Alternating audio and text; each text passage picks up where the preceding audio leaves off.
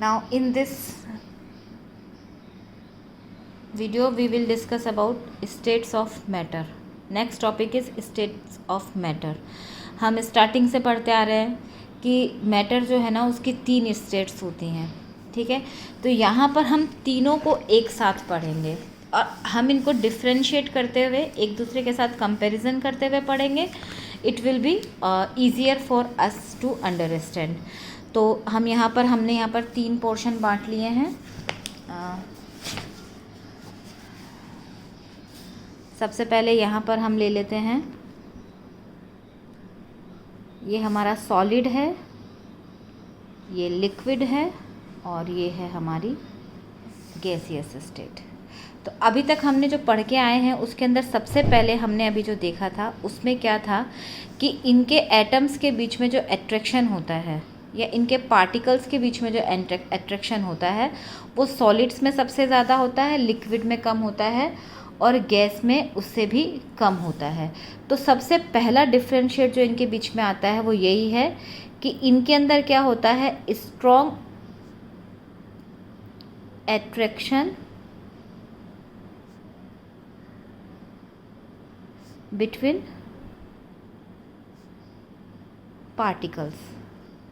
Strong attraction between particles. Liquid में क्या होता है, थोड़ा सा वीक होता है उसकी तुलना में, वीक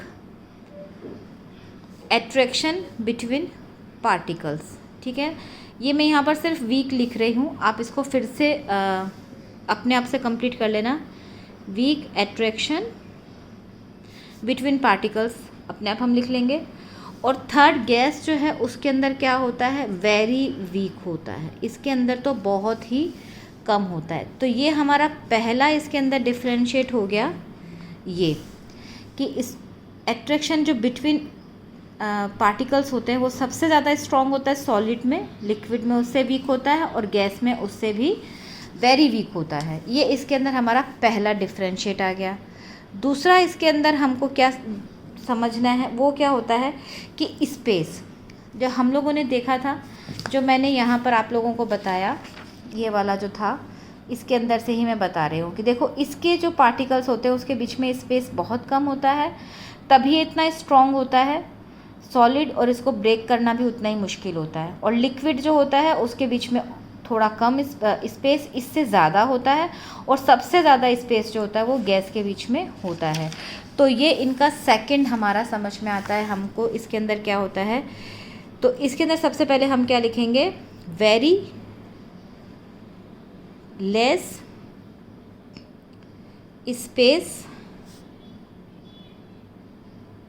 बिटवीन पार्टिकल्स, ठीक है. इसके अंदर थोड़ा लार्ज होता है, स्पेस जो होता है ना वो थोड़ा ज़्यादा होता है, ठीक है ना. तो इसके अंदर हम लिखेंगे कि लेस स्पेस बिटवीन पार्टिकल्स, ठीक है. और इसके अंदर क्या होता है, बहुत ज़्यादा स्पेस होता है, लार्ज स्पेस, वेरी लार्ज. इसको हम लेस की जगह लिख सकते हैं लार्ज. यहाँ हम लिखेंगे लार्ज स्पेस बिटवीन पार्टिकल्स. तो 3 डिफरेंस हो गया. इसके अंदर लेस स्पेस होता है, इसमें लार्ज स्पेस है, और इसके अंदर वेरी लार्ज स्पेस होता है बिटवीन पार्टिकल्स. ये हमारा सेकंड डिफरेंशिएशन हो गया है इसके बीच में. अब इसके अंदर देखो थर्ड हम बात करेंगे, शेप की बात करेंगे. तो हम देखते हैं कि सॉलिड जो होता है ना उसके अंदर शेप होता है, डेफिनेट शेप होता है इनका, और जितना शेप होगा ना उतना ही उस हिसाब से इनका वॉल्यूम भी होता है, ठीक है. तो इसके अंदर हम कैसे लिखेंगे, इनका डेफिनेट शेप होता है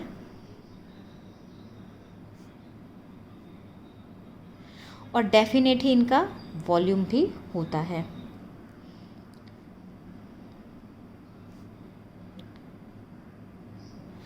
इनका वॉल्यूम तो देखो डेफिनेट होता है, इसलिए हम लिखेंगे कि डेफिनेट वॉल्यूम, लेकिन इनका शेप नहीं होता, क्योंकि शेप जो क्या होता है लिक्विड का, ये जिस कंटेनर में जाते हैं ना उस कंटेनर का शेप ले लेते हैं। तो इसमें हम लिखेंगे नो डेफिनेट शेप, ठीक है। और इसके अंदर क्या होता है, ना तो इसके अंदर डेफिनेट शेप होता है, नो शेप, एंड इसका ना ही कोई वॉल्यूम भी होता है।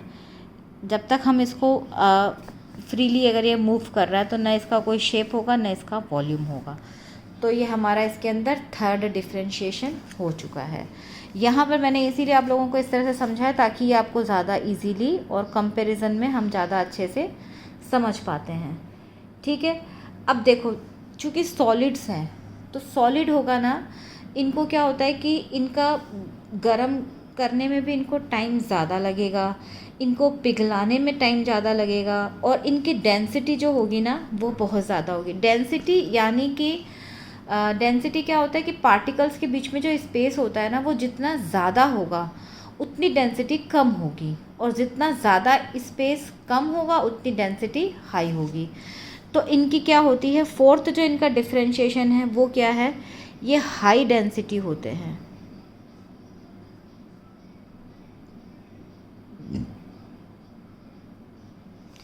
इनकी डेंसिटी कैसी होगी, थोड़ी कम होगी, तो इनको हम लिखेंगे लोअर डेंसिटी। और इसकी डेंसिटी तो क्या होती है, वेरी लो, ठीक है। अब इनका मेल्टिंग पॉइंट और बॉइलिंग पॉइंट जो होगा ना वो दोनों हाई होगा। मैं इनको MP लिखती हूँ यहाँ पर, और boiling point, melting point and that is boiling point, दोनों क्या होगा, हाई होगा।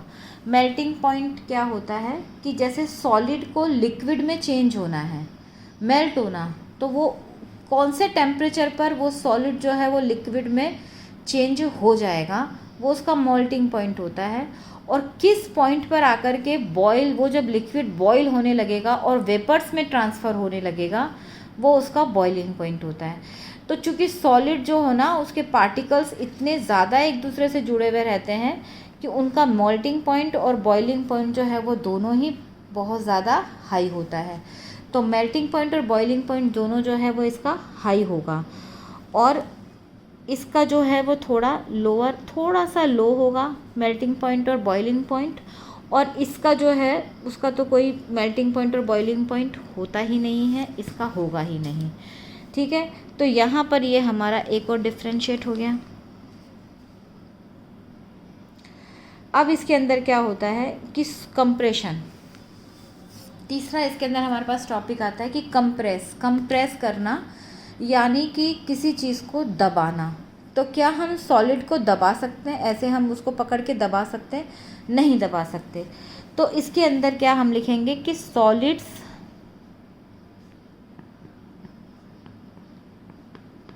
कैन नॉट बी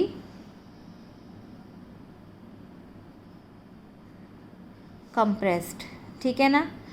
इसको हम कह सकते हैं कैन बी कंप्रेस्ड, और ये हाईली कंप्रेसिबल होते हैं।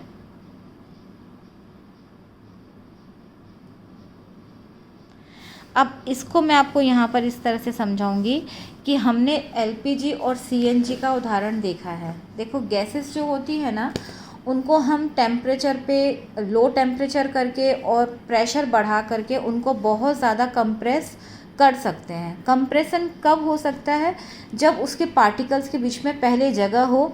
अब धीरे धीरे हम उसके पार्टिकल्स के बीच की जो स्पेस है वो हम कम करते जा रहे हैं। तो जो जितना ज़्यादा स्पेस होगा जिसके बीच में, उसके बीच में कंप्रेशन जो है वो आसानी से हो पाएगा।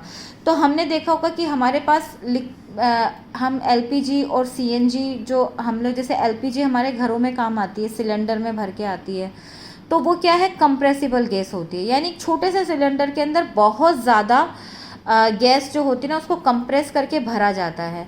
उसी तरीके से जो ऑटो वगैरह के अंदर गैसेस, CNG जो गैसेस जिसके ऊपर व्हीकल्स ट्रैवल करते हैं, व्हीकल्स चलते हैं, तो वो भी बहुत ज़्यादा कंप्रेसिबल होता है। उसी तरीके से लिक्विड को भी हमने देखा है कि लिक्विड के जो पार्टिकल्स होते हैं उनके बीच में भी थोड़ा स्पेस होता है। तो उनके बीच में स्पेस अगर है तो उनको हम कंप्रेस कर सकते हैं। और सॉलिड्स में हमने देखा था कि इसके पार्टिकल्स के बीच में स्पेस बहुत कम रेयर होता है, तो फिर इसका कंप्रेशन भी नहीं हो पाएगा, ठीक है। और इसका लास्ट जो है वो एक फ्लो का हम देख सकते हैं कि सॉलिड्स जो होता है ना वो फ्लो नहीं होते, बहते नहीं हैं, तो हम इसको लिखेंगे कि दे कैन नॉट फ्लो, ठीक है ना। और लिक्विड्स जो है ना कैन फ्लो, पानी को अगर हम चाहे तो बहा सकते हैं। और गैसेस जो होती हैं वो तो और भी ज़्यादा फ्लोएबल होती हैं, तो हम इसको कह सकते हैं मोर फ्लोइंग नेचर। तो ये इनका हमारा 3 स्टेट्स जो है इसके बारे में हमने पूरी तरह से अभी तक पढ़ लिया है। आपकी बुक में 2-3 एग्जाम्पल ऐसे दिए हुए हैं, जैसे कि उन्होंने हमको यहाँ पर लिख के दिया है, ये आपकी बुक में यहाँ पर है कि what about a rubber band, can it change it shape on stretching, is it a solid. तो देखो रबर हम देख रहे हैं कि रबर जो है वो सॉलिड होता है, ये तो हमें पता है क्योंकि वो हमें दिखने से ही पता चल रहा है कि ये सॉलिड है। लेकिन ये अगर हम इसको स्ट्रेच करेंगे तो ये स्ट्रेच हो जाता है, क्योंकि हम इसको स्ट्रेच करने के लिए क्या कर रहे हैं, हम इसको एनर्जी दे रहे हैं, ठीक है ना, हमें उसमें एनर्जी लगानी पड़ रही है, ठीक है ना। तो अगर हमारी एनर्जी और फोर्स की वजह से ये अपना रबर बैंड जो है वो सिर्फ शेप चेंज करता है, लेकिन वापस से अपनी शेप में फिर से आ भी जाता है, तो ये एक सॉलिड है। अब what about sugar and salt, when keep it different jars, these take the shape of the jar, are they solids, yes they are solids. क्योंकि आप देखोगे कि शुगर और सॉल्ट जो है ना उसके मॉलिक्यूल्स बहुत छोटे छोटे होते हैं।